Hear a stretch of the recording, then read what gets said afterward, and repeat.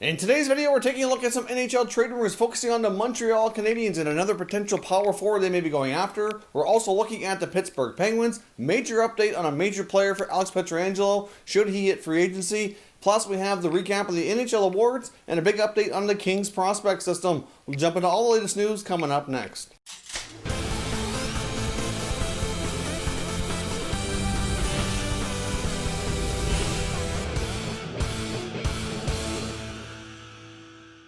So welcome back to another video here at Top Shelf Hockey. As I mentioned, we have a lot to cover today, a lot of little interesting tidbits. First up, let's get into recapping last night's NHL Awards. We had the final 5 awards handed out last night.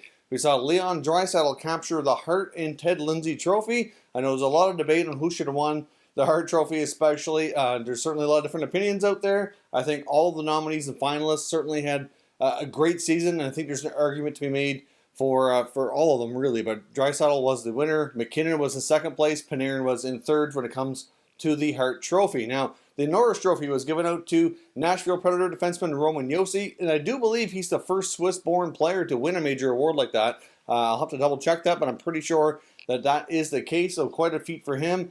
He beat out John Carlson and Victor Hedman. Carlson was the leading contender, but kind of slacked off a little bit in the second half, and Josi had a really solid all-around campaign all year long, and got the most votes and won the award. We saw Connor Hellebuyck win the Vezina Trophy. Not a huge surprise there. I certainly think he was the favorite all along. We also saw Cale Makar win the Calder Trophy. There was a big debate on Makar versus Hughes. Makar, I think, really deserved it, in my opinion. Hughes has had a fantastic season as well. But Makar, I just think, overall, like, he was my pick for the trophy. I just think he edged him out a little bit more. He had such a dynamic season. Not that Hughes didn't, but long term, I think there's not going to be a great deal of difference between these two players. They'll both be dominant defensemen in the Norris Trophy conversation for a long, long time. So again, and Dominic Kubalik was third. So again, another great scenario where you had a lot of players in there who really could have won in any other given years. Quite a luxury to have so many great rookies last year. We also got word today as well that Bob Boughner is officially no longer the interim, but now the full-time head coach of the San Jose Sharks, which is kind of what we were expecting. But there were some, pretty prominent coaching names out there looking for work. So Doug Wilson did have some options should he have decided to go down a different road. But Boughner is now full-time. Rocky Thompson and John Madden will be his assistant coaches. So we'll see what happens in San Jose. Obviously, Boughner took over last year after they let go of Peter DeBoer. So obviously Boughner worked with the Sharks previously as well, so he's been quite familiar with that organization. We'll see how they make out under his tutelage next year, but obviously I think more of the pressure will be on Wilson to make some moves to change up this roster to have more success. Interesting developments in the Los Angeles Kings prospect system today, which kind of has fueled some speculation as well. They have 5 prospects that have been loaned to a team in Germany in the DEL. The 5 prospects are Turcotte, Madden, Dudas, Akil Thomas, as well as Jacob Ingram. So with all 5 of those players being loaned to a German team in the DEL, it's certainly talking a lot that they're obviously going to be going after Tim Stützle. Obviously, a lot of debate over Stützle versus Byfield, who they will take with the number 2 pick. There's a lot of rumors out there that they were leaning towards Stützle, given the fact that obviously I know one of their assistant coaches, Marco Sturm, is also German, seemed to have some influence there. But there's a lot of talk over which way they're going to go. And this is just kind of fueled the fire, having that many more players go to that league. So does it mean that the Kings are taking Stützle? I really don't think it does, but it's certainly got people talking, and at this point, I honestly would not be surprised if they take him, but I also won't be shocked if they go after Quentin Byfield at number 2 overall either. But certainly an interesting piece of work there from the Kings to kind of get people talking, and it should be good for all of their development, so regardless of what they do at the draft. Now, as I mentioned as well, we have some NHL trade talk and free agent talk to look into here as well. I want to kick things off with the Pittsburgh Penguins. A recent article here from The Athletic talks about what their plans are for the season. One of the key points here was trading Matt Murray.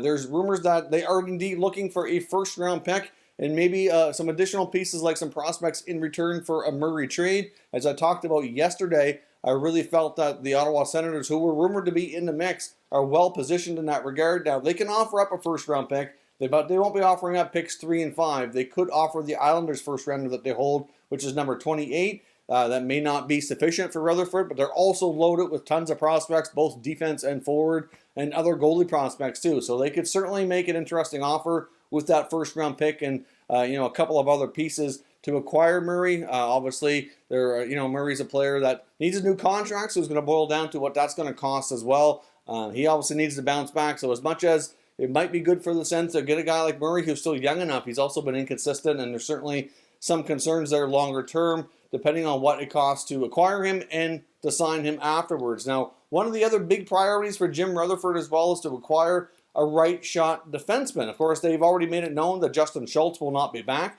and they're kind of looking for a player who can kind of replace him, take on his minutes. Not necessarily the exact same kind of defenseman, but a right-shot D, like I said, who can at least lug the kind of workload that he did. And apparently they're very interested in Canuck defenseman Chris Tanev. Now, of course, they signed his brother, Brandon Tanev, last year, and they're very interested in bringing the two brothers together with the Penguins organization. Obviously, Tanev has made it known he'd love to stay in Vancouver, and I'm sure the Canucks will attempt to sign him. But as I mentioned in the Canuck offseason plan video that was put out earlier today, it's going to be challenging for them to keep him for starters, and there's really no, for sure sake that he won't hit free agency. They have to look after Markstrom first and then go to Toffoli. I think Tanev's probably number 3 on their list of priorities this offseason. So depending on how that goes, Rutherford might be able to strike and get a contract done for Tanev. I would think if he does leave Vancouver, that going to play with his brother in Pittsburgh probably would sound quite appealing to him. So I'm not sure exactly what they'd offer him for a contract, but it sounded like they'd be willing to give him similar term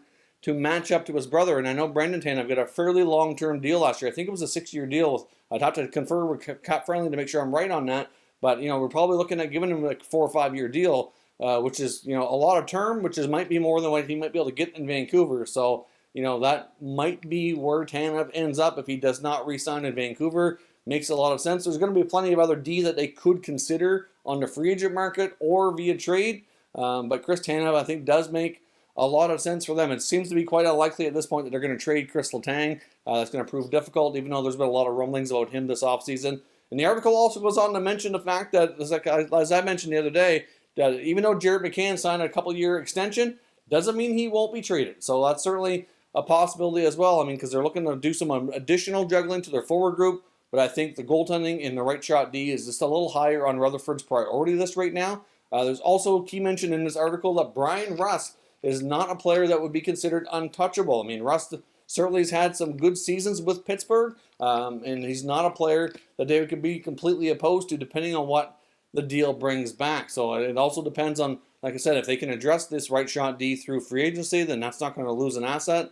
They might have to make some adjustments from a cap perspective, though. But this article does mention that Russ could be tradable as well as McCann. I think you could throw Patrick Hornqvist into that conversation as well. And I think the Penguins are, looking to do some big things this offseason. We know Rutherford's not afraid to be aggressive, and it looks as though he's well on his way to kind of making some moves happen. But obviously, we have a little ways to go before we hit free agency and see until everything really opens up here. But he's already made one deal with Bukestad on the move, and we'll see what else he's got up his sleeve here as the offseason moves further into high gear. Now, next thing I want to talk about is Alex Pietrangelo. Now, there's been a lot of rumblings that obviously that he will hit free agency, that him and St. Louis have come to a bit of a roadblock. And that could be posturing by both sides, could be a little bit of a negotiation tactic.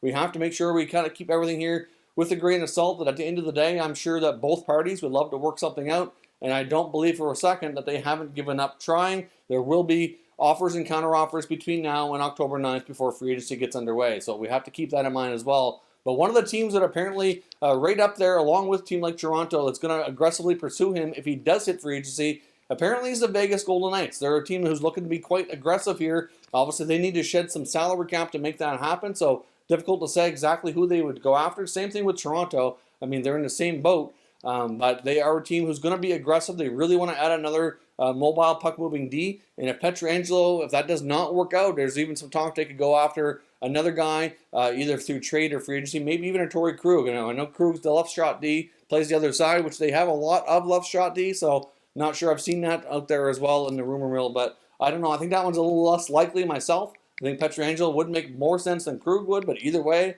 it's going to be a challenge. Obviously, they need to move on from Marc-Andre Fleury if they're going to sign Robin Leonard, which seems inevitable at this point, and they also need to move some other money out, so it's going to be difficult to say. I think a contract like Paul Stastny would be one that could go, but hard to say exactly what else. It kind of boils down to what they can get for money. They could probably sign Pietrangelo for less money than St. Louis or some other markets could because of the tax implications, so they'd certainly have a pretty distinct advantage in that regard. So look out for Vegas to be aggressive when it comes to free agency. One other thought I did see as well, wasn't so much of a rumor, but just an idea on Twitter from Jim Matheson, talking about a Fleury trade to the Buffalo Sabres, how he could be traded for Carter Hutton. Obviously, no guarantee that would work out, but obviously Carter Hutton's only making $2.75. He could go to Vegas to be a backup to Leonard. Obviously, that saves them a ton of cap space.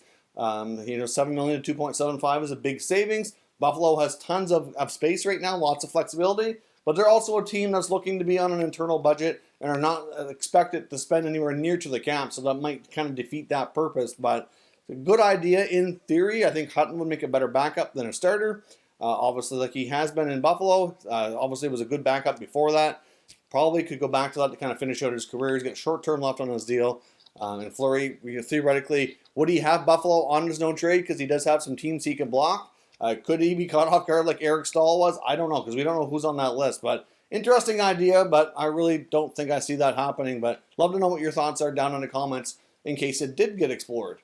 Now, lastly here, I want to take a look at the Montreal Canadiens. Now, we did look the other day at an article from TVA Sports talking about some power forward type players that the Habs could be interested in, and Marc Bergevin himself has been open to say that that's the kind of player he'd love to add this offseason. We looked at Josh Anderson of Columbus being a potential target, and there's another name I wanted to explore in that list today, and that's the Chicago Blackhawks' Brandon Saad. Now, the other guys on this list include guys like Anthony Mantha, as well as Jesse Puljujarvi, Nino Niederreiter, and I kind of went into that video saying that I wasn't going to discuss all the players because I didn't think a lot of them would all kind of make sense. I don't really know if Niederreiter or Puljujarvi would really be the right player that they're looking for in that regard, and I don't see Mantha leaving Detroit, as I mentioned in that video as well, but I can see Saad possibly be on the go. I mean, he's got 1 year left at $6 million. He has a form of a modified no trade kicking in when 2021 technically begins. So with all the dates and all the changes, I'm not sure. I would think that that's probably not kicked in yet. But when it does kick in, he has 10 teams he can be traded to only. So it certainly becomes quite restrictive if they don't do something sooner. Now, he's got a cap hit of $6 million. His actual cash out this year, $6.5 million. Former 20-30 goal scorer, but last year wasn't as good for him. His numbers were down. So could he be that power forward kind of guy that come back and play for Montreal? I do think it's possible he could be a fit there, but I'm not sure exactly what they would want in return. There's been a lot of rumors about Domi or Deneau on the way out, but Domi would have to go to Chicago as a winger because they're pretty good when it comes to center ice right now. So I don't see that necessarily being a fit. The Hawks might want some help on the blue line too, and with the addition of Joel Edmondson, there are some extra D back there in the Habs blue line that could be moved. So I don't know what the cost would be for Bergevin to acquire Saad, but certainly another interesting player who I could see Chicago at least exploring, possibly trading. I know there was some talk around him at the trade deadline or even a little bit last year as well. So it's difficult to say if he does indeed get moved, but I can see why he would be a player of interest to Montreal. Personally, I think a guy like Josh Anderson would be a better fit, but at the same time, hard to say what kind of asking price is going to be out there. And the thing with Anderson too is you might get tied up to a longer term contract, where Saad you kind of experiment for a year, see how it goes, and then consider doing a re-signing, at the halfway point of the year or something to that effect, once you have a better idea what the fit is longer term. So let me know your thoughts down below in the comments. Do you see Chris Tanev going to a team like Pittsburgh? Can you see Brandon Saad going to a team like the Montreal Canadiens? And would Alex Pietrangelo look good in a Vegas Golden Knights uniform? Let me know your thoughts on all the latest speculation down in the comments, and we'll discuss further. If you're new to the channel, consider subscribing and turning on your notifications so you don't miss any future content. And give this video a thumbs up if you enjoyed it. I'd appreciate it if you did. As always, thank you for watching, and I'll catch you next time.